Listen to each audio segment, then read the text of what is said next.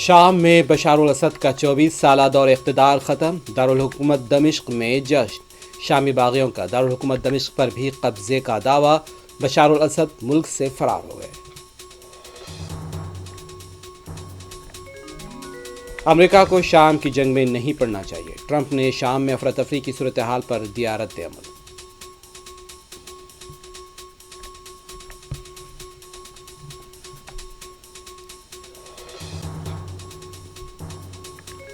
Shambhu border پر کسانوں کا احتجاج جاری، دوپہر میں کسانوں کا ایک جتھا دلی کا کرے گا مارچ۔ سراون سنگھ پنڈھیر کا پنجاب کی بھاگوت مان حکومت پر مرکزی حکومت کے ساتھ گٹھ جوڑ کا لگایا الزام۔